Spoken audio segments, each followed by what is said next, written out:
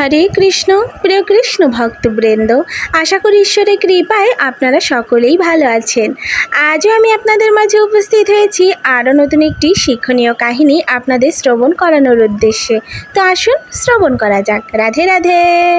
বন্ধুরা, দেবী সন্ধ্যার কারণেই সমগ্র পুরুষ জাতি এই ভয়ঙ্কর অভিশাপ পেয়েছিল। আসুন এই প্রাচীন কাহিনীর মাধ্যমে জানি সন্ধ্যা দেবী কেন সমগ্র পুরুষ জাতিকে অভিশাপ দিয়েছিল। বন্ধুরা, এক সময়ের কথা বলছি, অনেককাল আগের কথা। দেবর্ষি নারদ ভগবান শিবের দর্শনের উদ্দেশ্যে কৈলাস পর্বতে গিয়েছিলেন। দেবর্ষি নারদকে দেখে ভগবান শিব খুশি হন এবং বলেন, হে নারদ, আজ কী কারণে কৈলাসে আগমন তোমার? নিশ্চয়ই প্রভু কোনো লীলা সৃষ্টি করেছেন, যার অংশ হিসেবে আপনি এখানে এসেছেন, তাই না? তখন নারদ বলেন, হে ভগবান, আপনি তো জগতের প্রতিটি কোণায় বাস করেন। আপনার থেকে কোনো কিছু কিভাবে লুকিয়ে রাখা যায়? মনে আপনার দর্শন পাওয়ার ইচ্ছা ছিল, তাই চলে এলাম। এরপর নারদ বলেন, আজ আমার মনে একটা সংশয় জেগেছে।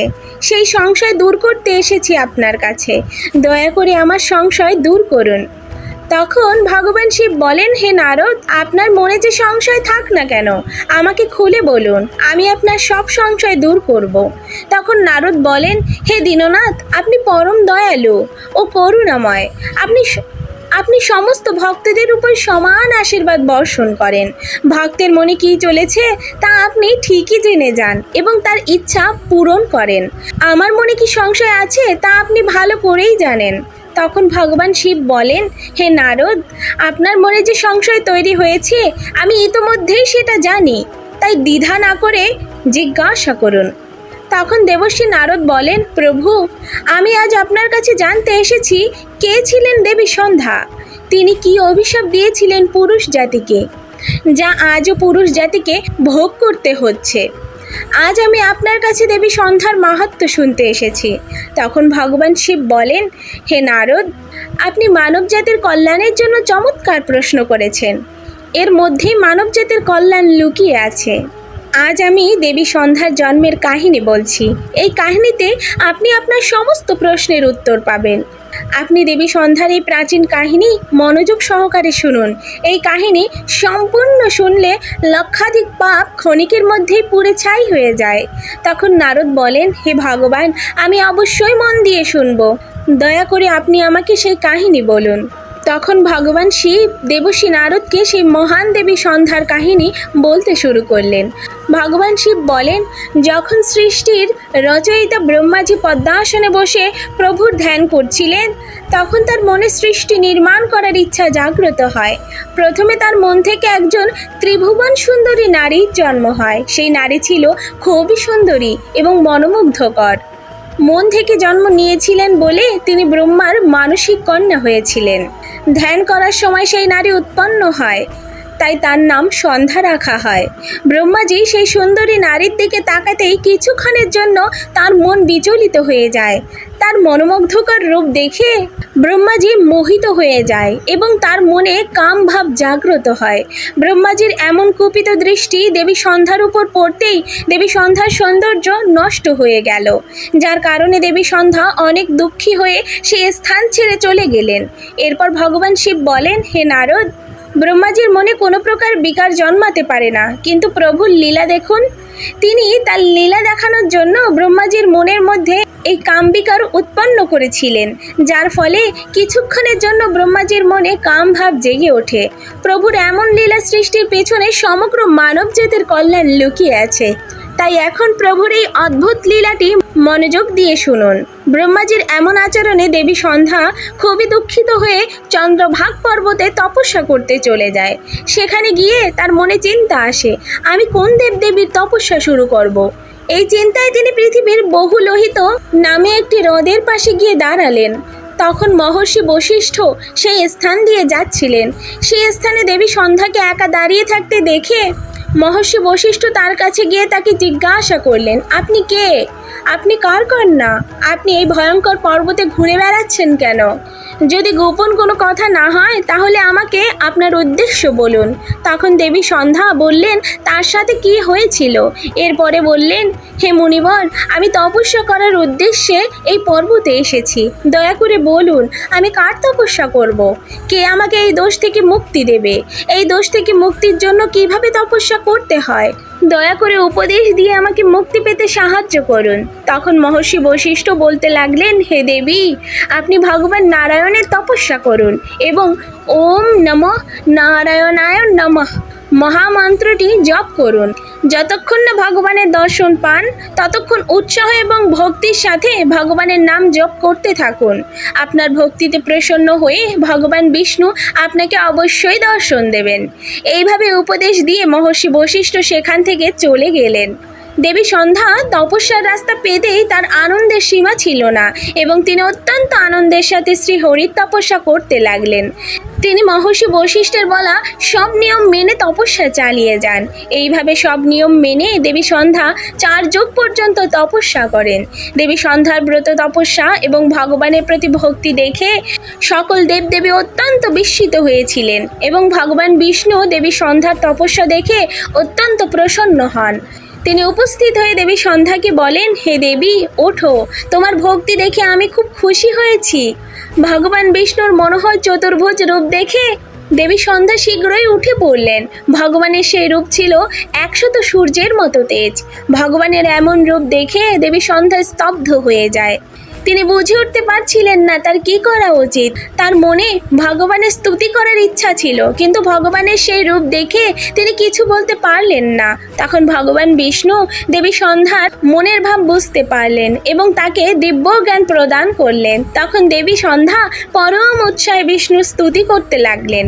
তার প্রতিটি বাক্যে তার ভক্তি ও সমর্পণ দেখা গেল। তপস্যার ফলে দেবী সন্ধ্যার দেহ অতিশয় ক্ষীণ ও দুর্বল হয়ে গিয়েছিল। তখন ভগবান তার অমোঘ দৃষ্টি নিক্ষেপ করে তার দেহকে বলিষ্ঠ করলেন এবং মধুর বাক্যে তাকে বললেন, তোমার তপস্যায় আমি খুব খুশি হয়েছি। তুমি তোমার ইচ্ছা মতো বর চাও। তখন দেবী সন্ধ্যা বললেন, হে ভগবান, আপনি যদি আমার উপর সন্তুষ্ট এবং আমাকে বর দিয়ে কৃপা করতে চান তবে আমি প্রথম বর চাই পৃথিবীতে যে প্রাণীই জন্মাবে তাদের জন্মের পর থেকেই মনে যেন কামের ভাব না থাকে।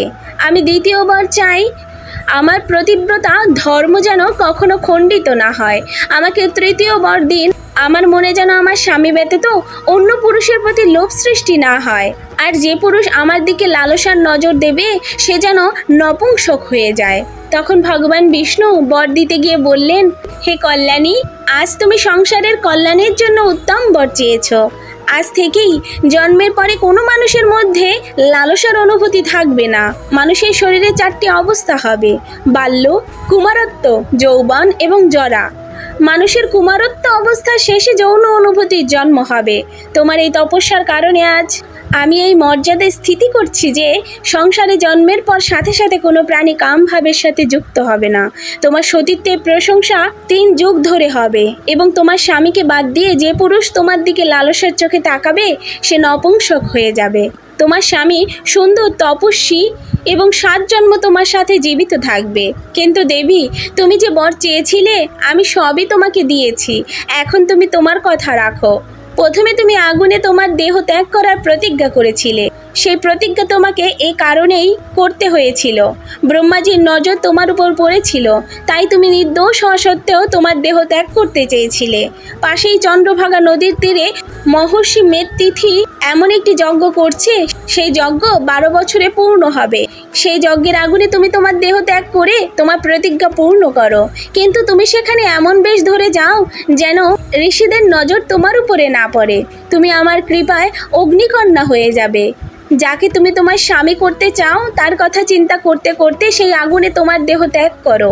এই বলে ভগবান বিষ্ণু দেবী সন্ধ্যার কপালে হাত দিয়ে স্পর্শ করতেই দেবী সন্ধ্যার শরীর আটায় পরিণত হয়ে গেল।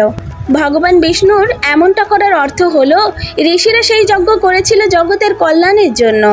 সেই আগুনে যেন মাংস না পড়ে এবং অগ্নিদেব যেন মাংসভোজী না হয়ে যান, সেই কারণেই ভগবান বিষ্ণু দেবী সন্ধ্যাকে আটায় পরিণত করেছিল। এরপর দেবী সন্ধ্যা অদৃশ্য হয়ে সেই যজ্ঞস্থলে চলে যান। সেই সময় তার মনে একটাই চিন্তা ছিল, তিনি পৃথিবীতে আসার সাথে সাথেই মহর্ষি বশিষ্ঠকে প্রথম দেখেছিলেন, তাই তিনি মনে মনে মহর্ষি বশিষ্ঠকে স্বামী হিসেবে গ্রহণ করেছিলেন এবং তার কথা চিন্তা করে আগুনে দেহ ত্যাগ করেছিলেন। এরপর ভগবান বিষ্ণুর আদেশে অগ্নিদেব দেবী সন্ধ্যার দেহকে সৌরমণ্ডলে নিয়ে গেলেন। তারপর সূর্যদেব দেবী সন্ধ্যার দেহকে দুটি ভাগে বিভক্ত করলেন এবং দেবতাদের ও পূর্বপুরুষদের খুশি করার জন্য তার রথে স্থাপিত করলেন। এইভাবে তার শরীরের উপরের অংশটি সকাল এবং নিচের অংশটি সন্ধ্যা হয়ে ওঠে। দেবী সন্ধ্যার কারণেই সকালে সূর্যোদয়ের সময়কে বলা হয় প্রথম সন্ধ্যা এবং সূর্যাস্তের সময়কে বলা হয় সন্ধ্যাকাল। এরপর ভগবান বিষ্ণুর আশীর্বাদে দেবী সন্ধ্যার দ্বিতীয় জন্মে অরুন্ধতী রূপে আবির্ভাব হয়ে ব্রাহ্মণ শিব বশিষ্ঠের স্ত্রী হলেন। এরপর ভগবান শিব নারদকে বলেন, হে নারদ, দেবী সন্ধ্যার কারণেই এই পৃথিবীতে জন্মগ্রহণকারী প্রতিটি প্রাণীর মধ্যে কোনো প্রকার কামভাব থাকে না এবং যখনই তিনি কুমারত্ব লাভ করেন তখন তার মধ্যে কামভাব জাগ্রত হয়। এরপর দেবর্ষি নারদ বললেন, দেবী সন্ধ্যার কাহিনী শুনিয়ে আপনি আমার বড় উপকার করেছেন। দেবী সন্ধ্যার কাহিনী শুনে আমি ধন্য হয়েছি। আপনাকে অনেক অনেক ধন্যবাদ। এখন আমি এই কাহিনী 3 জগতে প্রচার করব। রাধে রাধে। তো বন্ধুরা, এই ছিল দেবী সন্ধ্যার কাহিনী। কমেন্টে লিখে জানান এই ভিডিওটি আপনাদের কেমন লাগলো। যদি ভিডিওটি ভালো লেগে থাকে তাহলে দয়া করে ভিডিওটি লাইক করুন এবং চ্যানেলটি সাবস্ক্রাইব করুন, যাতে আপনি এই ধরনের আধ্যাত্মিক তথ্য পেতে পারেন। সবাই মিলে কমেন্টে লিখুন রাধে রাধে।